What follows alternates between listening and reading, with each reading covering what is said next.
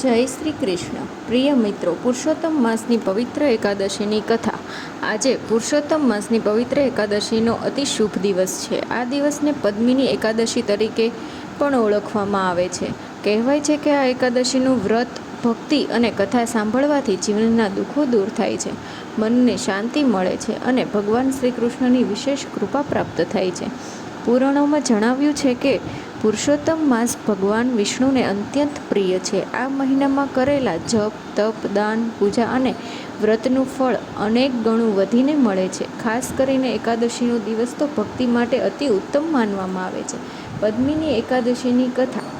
પ્રાચીન સમયમાં એક મહાન અને પરાક્રમી રાજા હતા. તેમનું નામ હતું કાર્તવીર્ય. તેમની રાણીનું નામ પદ્મિની હતું. રાજા પાસે અઢળક સંપત્તિ, વૈભવ અને સૈન્ય હતું, પરંતુ તેમનું જીવન એક મોટી ખામીથી દુઃખી હતું. તેમને સંતાન નહોતું. રાજા અને રાણી બંને ખૂબ જ દુઃખી રહેતા.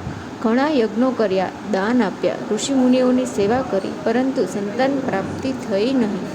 એક દિવસ રાણી પદ્મિનીએ રાજાને કહ્યું, હે સ્વામી, આપણે ભગવાનની સાચી ભક્તિ અને કઠિન તપ કરવું જોઈએ. ભગવાન જરૂર કૃપા કરશે. ત્યારબાદ બંને જંગલમાં ગયા અને વર્ષો સુધી તપસ્યા કરી. તેઓએ ભોજનનો ત્યાગ કર્યો, ઇન્દ્રિયોને કાબૂમાં રાખ્યા અને ભગવાન વિષ્ણુનું સ્મરણ કરવાનું શરૂ કર્યું. ઘણા વર્ષો વીતી ગયા. એક દિવસ મહાન પવિત્રતા અનસૂયા માતા ત્યાં આવ્યા.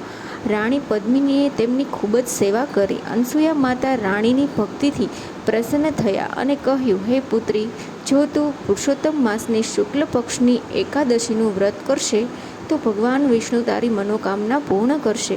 રાણી પદ્મિનીએ અત્યંત શ્રદ્ધાથી એકાદશીનું વ્રત કર્યું. આખો દિવસ ભગવાનનું નામ સ્મરણ કર્યું, રાત્રે જાગરણ કર્યું અને દ્વાદશીના દિવસે નિયમપૂર્વક પારણું કર્યું.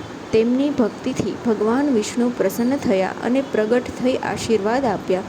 હે પદ્મિની, તારી ભક્તિ અને વ્રતથી હું અત્યંત પ્રસન્ન છું. તને એક તેજસ્વી અને મહાન પુત્રની પ્રાપ્તિ થશે. ભગવાનના આશીર્વાદથી રાણી પદ્મિનીએ એક પરાક્રમી પુત્ર પ્રાપ્ત થયો, જે આગળ જઈને ખૂબ જ શક્તિશાળી અને પ્રસિદ્ધ રાજા બન્યો. આ કથામાંથી શું શીખવા મળે? સાચી શ્રદ્ધા અને ભક્તિ ક્યારેય વ્યર્થ જતી નથી. પુરુષોત્તમ માસમાં કરેલું વ્રત અને જપ વિશેષ ફળ આપે છે. એકાદશીનું મહાત્મ્ય અતિ વિશાળ છે.